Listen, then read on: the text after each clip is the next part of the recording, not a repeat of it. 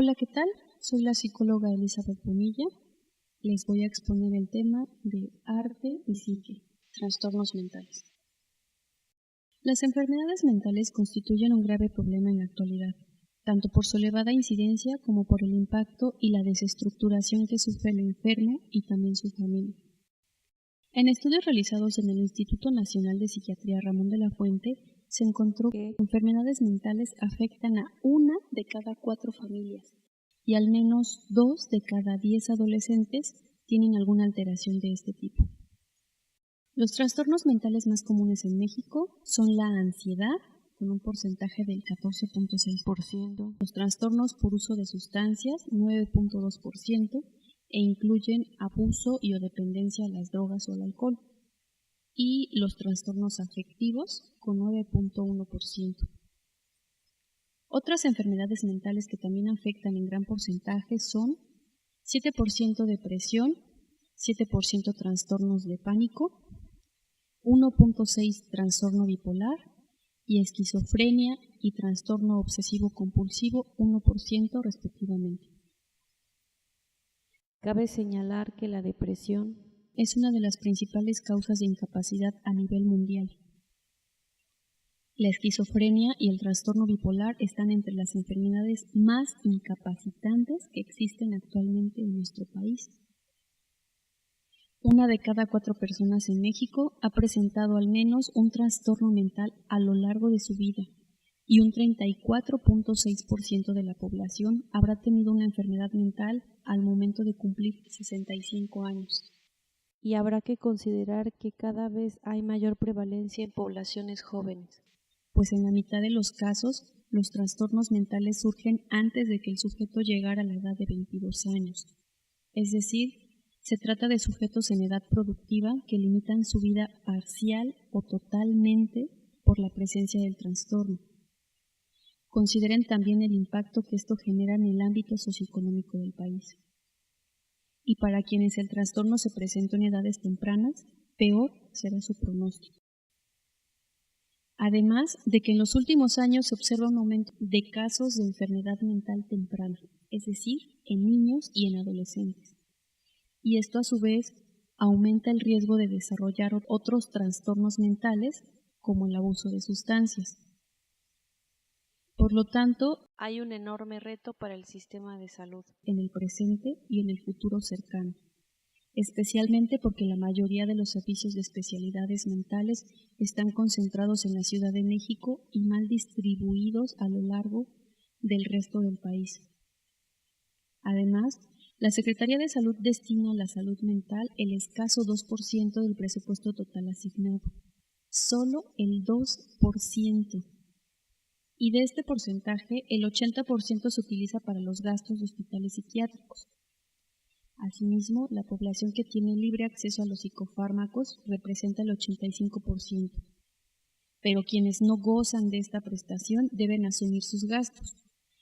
Por ejemplo, para una dosis diaria del tratamiento antipsicótico, los pacientes pagan un porcentaje que corresponde al 19% del salario mínimo diario en México. En el caso de los antidepresivos, el costo de las dosis diarias representa un gasto del 4% del salario mínimo. Bien sabemos que el salario mínimo ni siquiera alcanza para los gastos básicos de alimentación. Ahora imaginen la realidad de estas familias que deben incluir el gasto de medicamentos.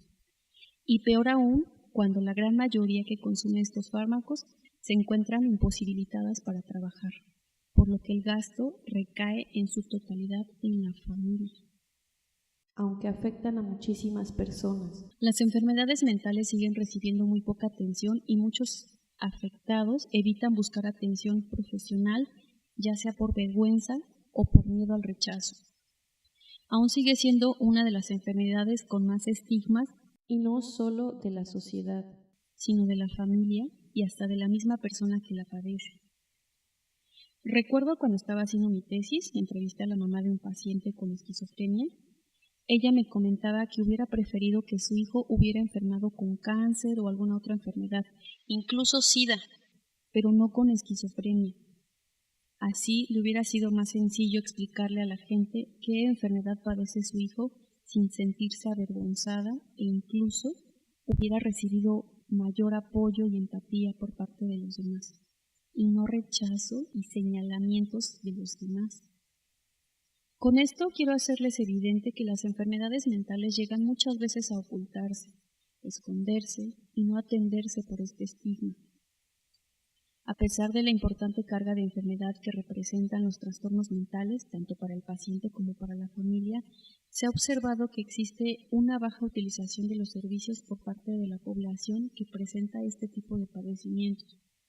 Por ejemplo, solo 1 de cada 5 personas con algún trastorno afectivo recibió atención.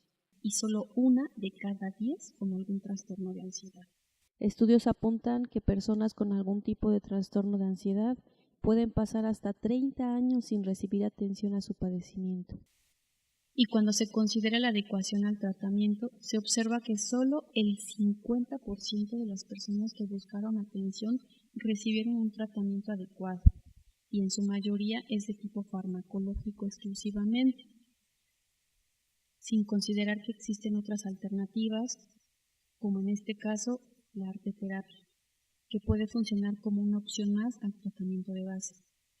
Por lo que imaginen, el otro 50% de personas que está tomando un tratamiento farmacológico no le está funcionando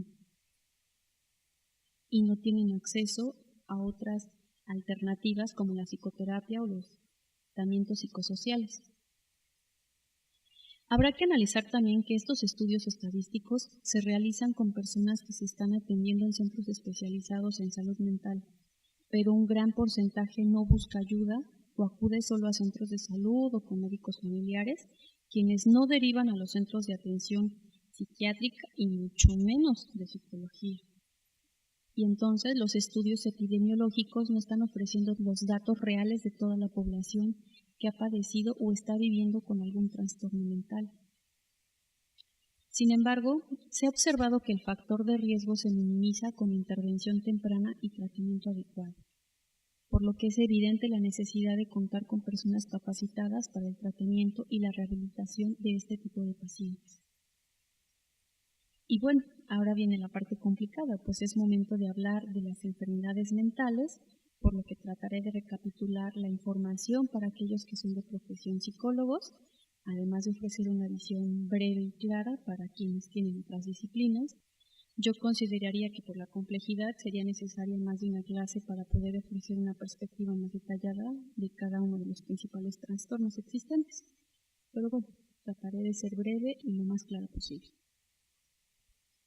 Se puede entender como enfermedad mental a la alteración de los procesos cognitivos, afectivos y conductuales, considerados como anormales con respecto al grupo social de referencia del cual proviene el individuo. Esta alteración se manifiesta en trastornos del razonamiento, del comportamiento, de la facultad de reconocer la realidad y de adaptarse a las condiciones de vida. Esto último es muy importante y representa uno de los principales retos en el tratamiento de este tipo de pacientes, que es lograr la adaptación a sus condiciones de vida, y es allí donde los arteterapeutas cobran relevancia.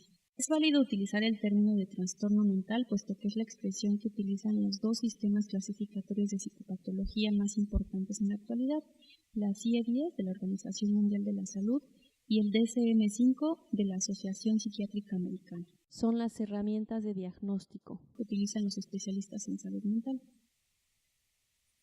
Sin embargo, el término de trastorno mental agrupa a un gran número de patologías de diversa naturaleza, resultando difícil determinar de manera única las diversas características, por lo que resulta mejor hablar de cada una de las principales enfermedades de forma particular e incluso individualizada, pues habrá que considerar que no se trata de enfermedades, sino de personas que enferman, con su propia historia de vida, con sus propios recursos personales para afrontar las situaciones diarias, con sus propios mecanismos de defensa, que hará que los signos y síntomas que presenten sean un tanto diferentes de paciente a paciente.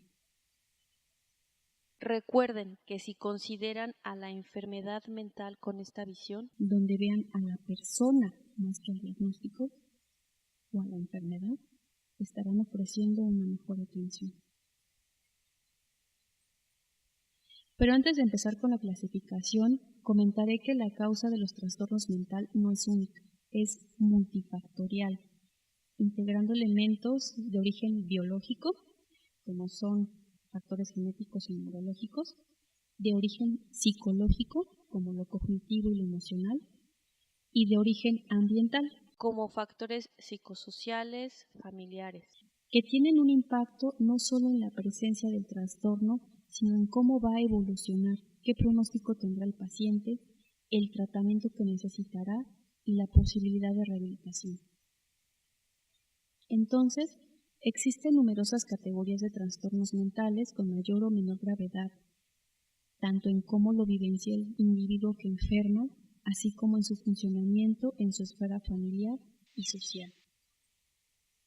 Mencionaré una clasificación clásica, en donde los trastornos neuróticos, los trastornos de personalidad y los trastornos afectivos, en los que no hay una pérdida del sentido de realidad y el nivel de funcionalidad puede conservarse, y por trastornos psicóticos, en los que sí hay pérdida de contacto con la realidad y se pierde la funcionalidad. Empezaré explicando los trastornos neuróticos. Según la OMS, los trastornos neuróticos son trastornos psíquicos sin afectación orgánica demostrable, en donde el juicio de realidad se encuentra conservado y existe lucidez. Los pacientes con estos trastornos son conscientes de su enfermedad y reconocen sus síntomas, teniendo la angustia como uno de los más predominantes síntomas. Algunas personas que padecen este tipo de trastornos pueden desempeñarse laboral y académicamente.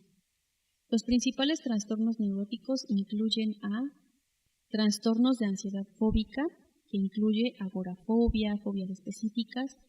Existen también otros trastornos fóbicos, como el trastorno de ansiedad generalizada, el trastorno obsesivo-compulsivo, reacciones al estrés y trastornos de adaptación, como de estrés postraumático y reacción al estrés agudo, y trastornos somatomorfos, que incluye trastorno de somatización y trastorno hipocondríaco, entre otros.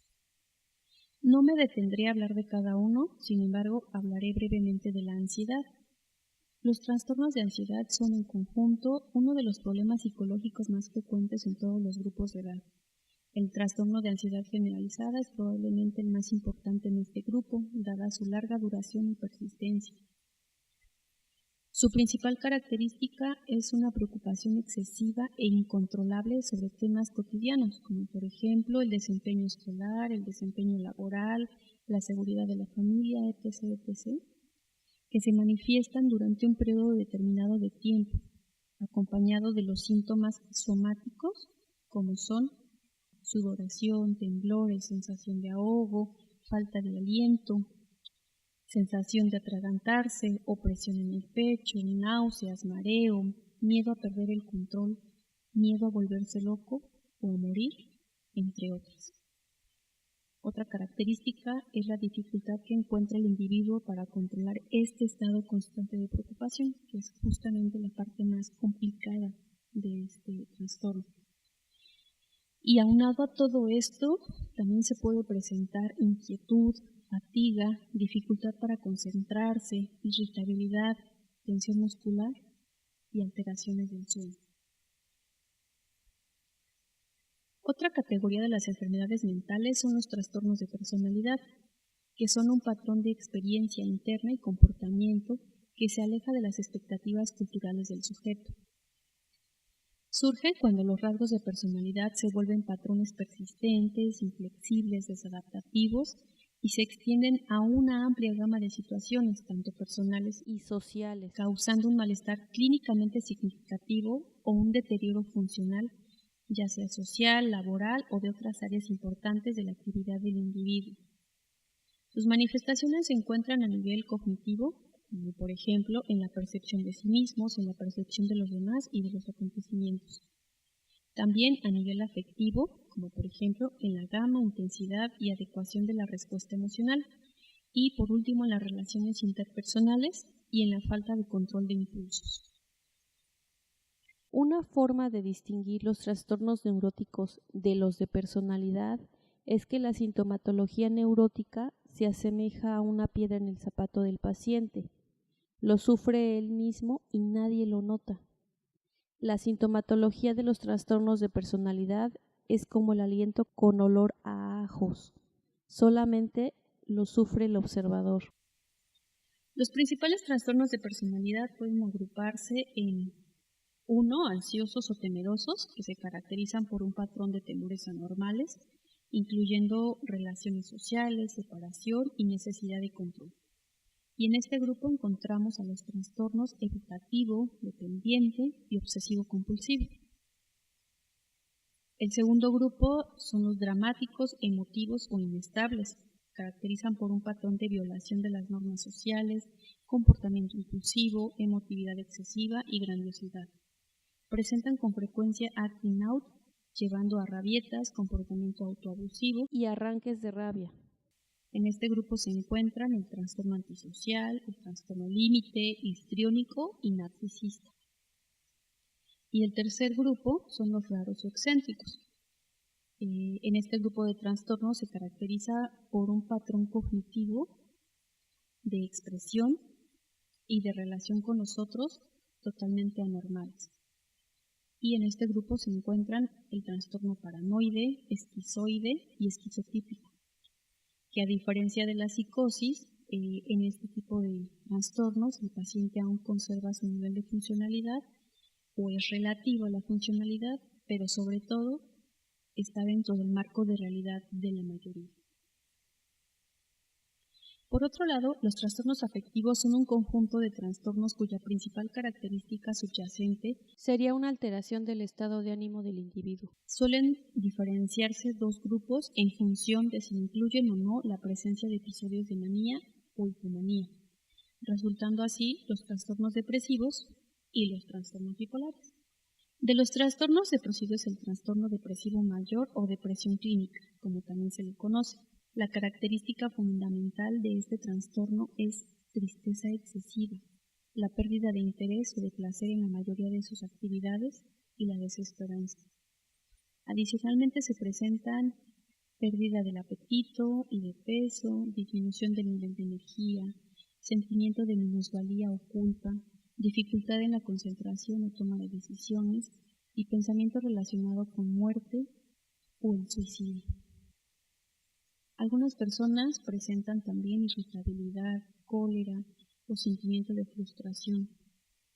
Los síntomas están acompañados de un malestar significativo o de un deterioro en su funcionamiento ocupacional y social.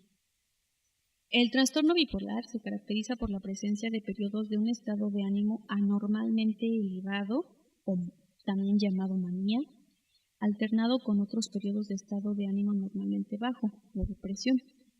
En algunos casos, la alternancia entre ambos estados, manía y depresión, se produce en ciclos rápidos. También puede darse en episodios mixtos y en ocasiones con síntomas psicóticos. Por último, los trastornos psicóticos o psicosis abarcan la manifestación más claramente asociada con la enfermedad mental, en los que la pérdida de contacto con la realidad es lo más sobresaliente. Cabe aclarar que la pérdida de contacto con la realidad se puede presentar en muchos trastornos psiquiátricos, pero se considerará solo como episodios psicóticos, cuando las manifestaciones de los trastornos son muy graves, a diferencia de los trastornos psicóticos, donde este síntoma de la pérdida de la realidad es el más característico.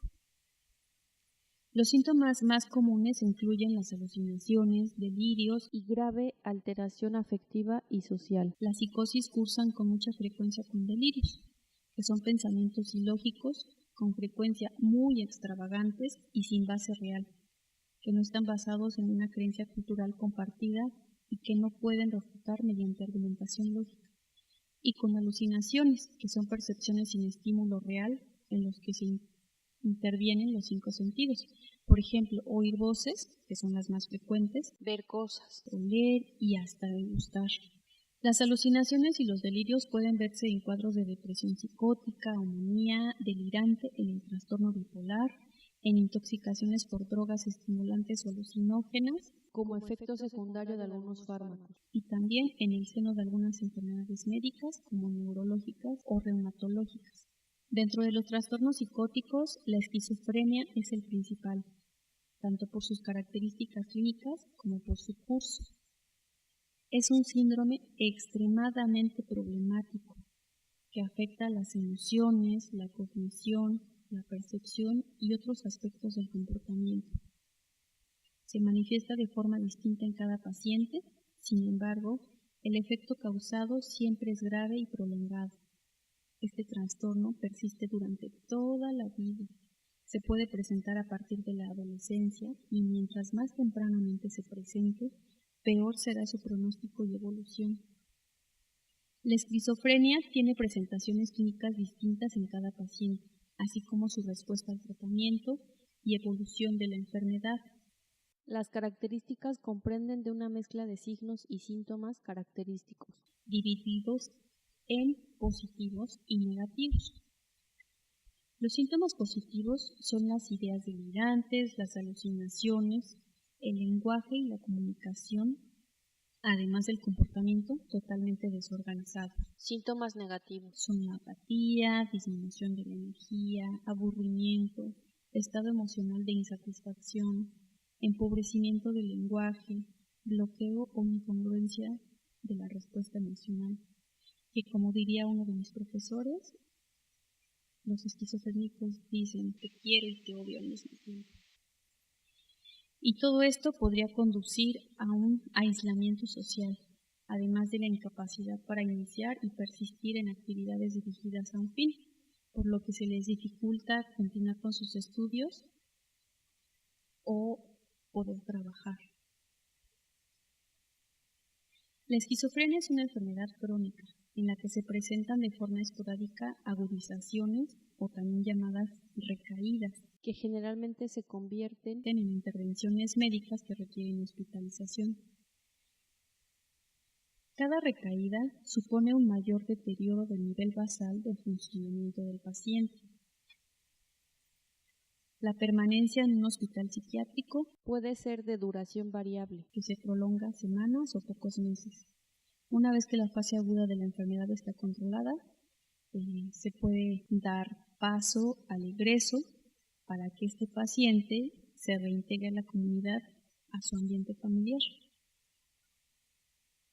Una vez que los pacientes ya están bajo tratamiento farmacológico, los síntomas positivos se disminuyen, es decir, las alucinaciones y los delirios disminuyen. Pero los síntomas negativos son los que persisten, pues aún no se ha logrado incidir sobre ellos por medio de los medicamentos e incluso algunos medicamentos llegan a generar estos síntomas negativos. Asimismo, la principal tarea consiste en lograr que los pacientes tengan una conciencia, que logren conocerla y que acepten su condición actual para así poder mantener su tratamiento farmacológico, que es la base del tratamiento, más no lo único, ya que es muy común que los pacientes no logren entender que lo que les está ocurriendo, lo que sienten, lo que piensan, es todo debido a una enfermedad. Por lo tanto, se niegan a tomar sus fármacos o fingen hacerlo. Sin embargo, diversas investigaciones han reflejado una disminución de los síntomas negativos, una conciencia de enfermedad y adherencia al tratamiento farmacológico por medio de tratamientos psicosociales, entre ellos la psicoterapia y la arteterapia. Existen otros trastornos dentro del grupo de la psicosis, como son el trastorno esquizofreniforme, el trastorno esquizoafectivo, delirante, el psicótico compartido y el trastorno psicótico inducido por sustancias, ya sea alcohol o drogas. Y recuerden que este padecimiento es la segunda enfermedad mental con mayor incidencia en México.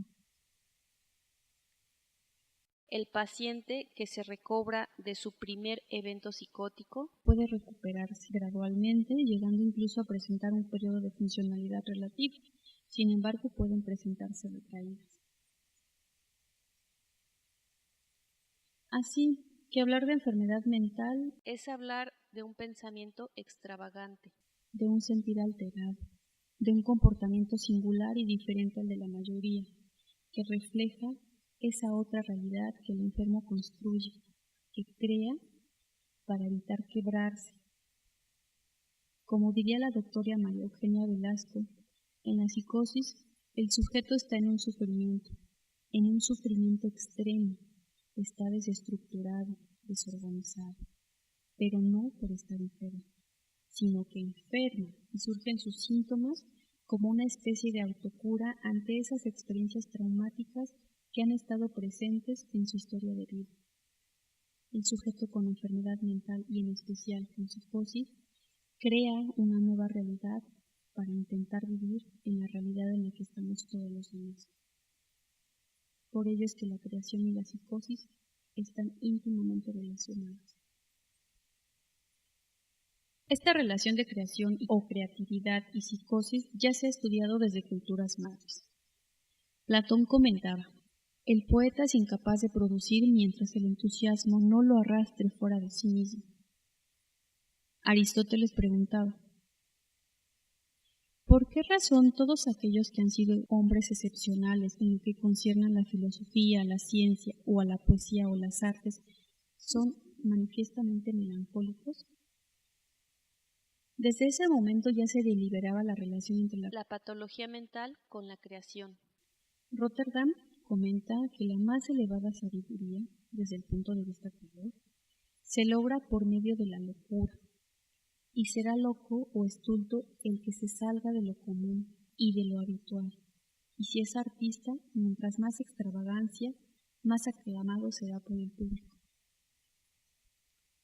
Diversos estudios han demostrado que existe una estrecha relación entre la psicopatología y la creatividad. Algunas teorías han intentado dar explicación a ello. Una de estas refiere que se debe a una inhibición latente. La psicopatología no les permite filtrar la información sensorial. Estas personas tienen 7 veces menos posibilidades de filtrar y con ello tienen un mayor material para la creación. ¿Cuántos personajes célebres por sus creaciones y por su enfermedad mental no conocen? Ejemplo de ellos son Ernest Hemingway, uno de los novelistas más destacados, que en su historia de vida se encuentran familiares que se suicidaron, familiares con depresión. Era un hombre violento, adicto al peligro, impulsivo, inestable emocionalmente, que tuvo una depresión psicótica al final de sus días para finalmente suicidarse. Otro personaje es Edgar Allan Poe, escritor y poeta relevante que tiene una lucha contra el alcohol y la depresión, con intentos suicidas también. Uno más es el pintor Louis Wayne, quien padecía esquizofrenia y la evolución de su padecimiento se puede ver en sus pinturas. Así que hablar de enfermedad mental es hablar de aislamiento social, inactividad, indiferencia, inestabilidad emocional, pensamientos inadecuados, conductas inaceptables y en general desorden del ritmo de vida. En ciertos casos y circunstancias, comportamientos violentos e intentos suicidas, reduciendo la calidad de vida de la persona afectada y de su familia también. Hablar de enfermedad mental es hablar de disfunción, de alterar todas las esferas de vida de quien la padece. En algunos casos, y bajo un tratamiento adecuado se puede recuperar el funcionamiento, pero en otros casos se trata de una tarea muy complicada y que pocos profesionistas se atreven a realizar. Tal vez sea por temor, pues aún sigue pesando un gran estigma sobre las enfermedades mentales. En la década de los 80, la llamada reforma psiquiátrica apostó por un cambio en la asistencia, pasando de una atención basada en el internamiento del enfermo mental de forma permanente en los hospitales psiquiátricos a una orientación comunitaria, donde el paciente tiende a vivir en el núcleo familiar. Como les comentaba, lo que se intenta es lograr que el paciente tenga controlada la parte aguda de la enfermedad para así abandonar el hospital y reintegrarse primero a su entorno familiar y después a su comunidad. Eso es lo que se denominó como proceso de desinstitucionalización. El modelo aboga por una atención comunitaria alternativa al hospital psiquiátrico, contemplando la necesidad de estructuras y programas alternativos, y especialmente de rehabilitación y de reinserción social en programas conjuntos con servicios sociales. Por ello, es que actualmente el tratamiento de los trastornos mentales posee un enfoque integrativo y multidisciplinar, en el que participan psicólogos y psiquiatras, pero también educadores sociales, enfermeros psiquiátricos, trabajadores sociales, terapeutas ocupacionales y otros profesionales como los arteterapeutas.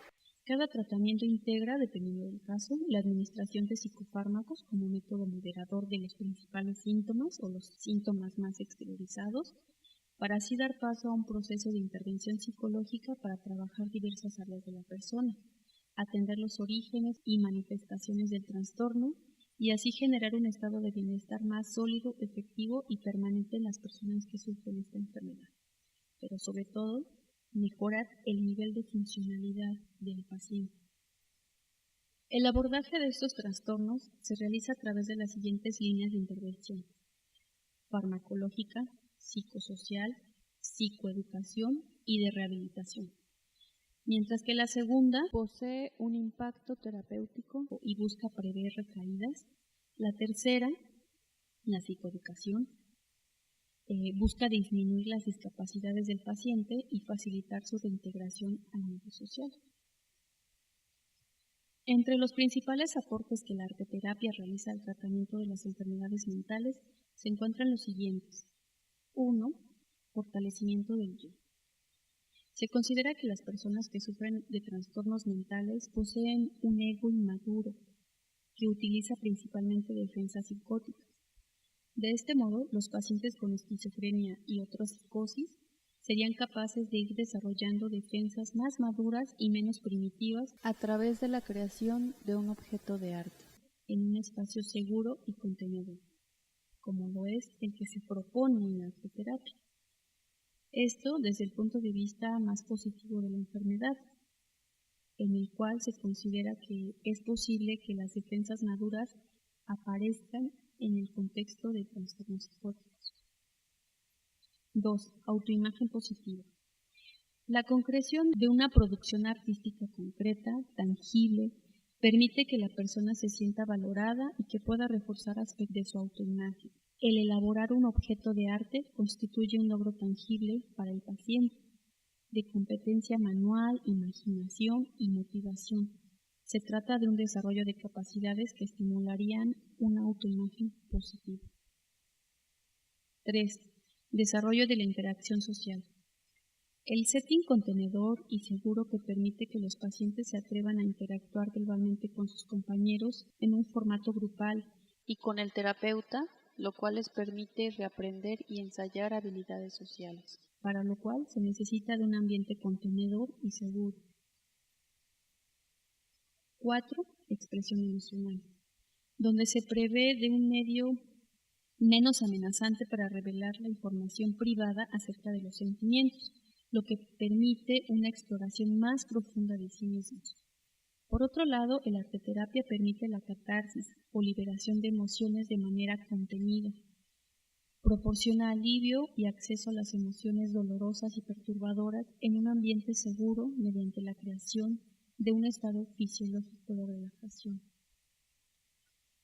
5. Desarrollo cognitivo, en donde se facilita la resolución del problema al proporcionar en la obra de arte una distancia que favorece la reflexión, la experimentación, la opción de refinar pensamientos y experiencias, la estimulación sensorial, promueve la capacidad de atención, ofrece nuevos enfoques a través de la experimentación con materiales. Las habilidades artísticas pueden compensar el deterioro cognitivo. Moldear y trabajar los materiales permite también dar forma al pensamiento. En la expresión artística se favorece la flexibilidad de pensamiento, la búsqueda de soluciones diferentes a los problemas y la capacidad de tolerar la ambigüedad. 6. Reducción de síntomas psiquiátricos, sobre todo de síntomas negativos de la esquizofrenia, que podrían revertirse en un espacio arteterapéutico en la medida en el que el paciente se ve inmerso en una tarea que le es atractiva y que incentiva su creatividad, invitándolo a moverse y a salir de ese aplanamiento y esa desmotivación. 7. Mayor orientación a la realidad. El estímulo de las funciones yoicas en el proceso terapéutico permite la progresiva diferenciación entre lo interno y lo externo, entre la realidad y la fantasía, posibilitando la orientación con Con la negociación de reglas y límites, así como con la claridad de estos, se constituye un aspecto muy importante en el proceso de ir separando la realidad externa de la interna, lo cual también es una herramienta de fortalecimiento yoico. Así, la producción artística cumple la función de ser un puente o un mediador entre la realidad interna y la externa, siendo el terapeuta quien deba acompañar que el paciente pueda relacionarse con su mundo externo de una forma más protegida y menos amenazante. 8. Permite una nueva forma de comunicación. La creación artística puede servir de alternativa de comunicación en personas con psicosis. A través de ella, una realidad interna sale al exterior, produciendo una integración entre mente y cuerpo. El proceso creador proporciona a la persona experiencias y herramientas para una mejor comunicación y socialización. En estos pacientes el lenguaje se rompe, las palabras pierden significado y la comunicación se vuelve un acto difícil, en algunos casos imposible. Por ello, buscamos otra alternativa de comunicación, la artística. Esta nos permite proporcionar un lugar a todo aquello que no se puede poner en palabras. El arte puede servirle al sujeto para comunicar sus sentimientos, fantasías y temores, y puede servir al profesional de la salud para entenderlo mejor y poder empatizar con algunas de sus vivencias. De esta manera, la arteterapia funciona como mediadora entre el profesional y el paciente, sirviendo a la unión y a la comunicación entre ambos. También es necesario señalar la importancia del rol del terapeuta, quien debe contar con ciertas características que favorecen esta que realiza con el paciente. La intervención terapéutica debe basarse y contar con la presencia de un interlocutor fiable, desprovisto de complacencia vana, de juicios de valor, capaz de dar lugar en la interacción a movimientos creativos que faciliten la integración de la experiencia, la elaboración de emergentes emocionales y, en último caso, su resignificación. El sujeto psicótico necesita ser escuchado, entendido y valorado como un sujeto que sufre, que necesita atención, y no como un sujeto al que solo se le suministran fármacos y lo vuelven a ver después de 2 meses en el consultorio psiquiátrico para una nueva receta. En este sentido, el uso de materiales artísticos permite amortiguar la intensidad de la relación que se establece entre el terapeuta y el paciente. La arteterapia puede contribuir al fortalecimiento de diversas funciones yoicas, mejorando el sentido de competencia y autoestima. Es un espacio que permite contener la ansiedad psicótica y es un vehículo para la interacción. Se subraya la posibilidad de que los pacientes logren mejorar sus defensas, reemplazándolas por alguna menos primitiva y más madura. A su vez, desarrollo de un ego más maduro, capaz de soportar mejor las demandas del entorno, capaz de adaptarse a las condiciones actuales con una enfermedad. El hacer arte estimula la autoexploración, pues con colores, líneas y formas se dan movimientos de vida interna que permiten una mayor conexión del sujeto consigo mismo y con el mundo. Así, se considera que el tratamiento de estos pacientes se divide en 2 grandes momentos. Cuando los objetos de arte funcionan como contenedores de las ansiedades psicóticas, pudiendo este periodo prolongarse por mucho tiempo, y 2, cuando el paciente está listo para hablar de aquello que representó a través del arte o actividad artística llevada a cabo.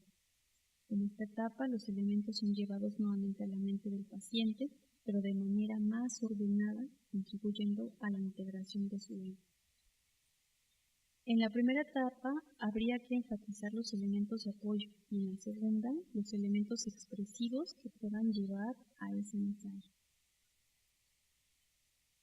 Considerando que la psicosis representa un grave daño en la atribución del sentido a la experiencia vivida, por lo cual el proceso terapéutico debe orientarse principalmente hacia la estimulación de funciones yoicas que permitan la diferenciación entre lo interno y lo externo, entre la realidad y la fantasía.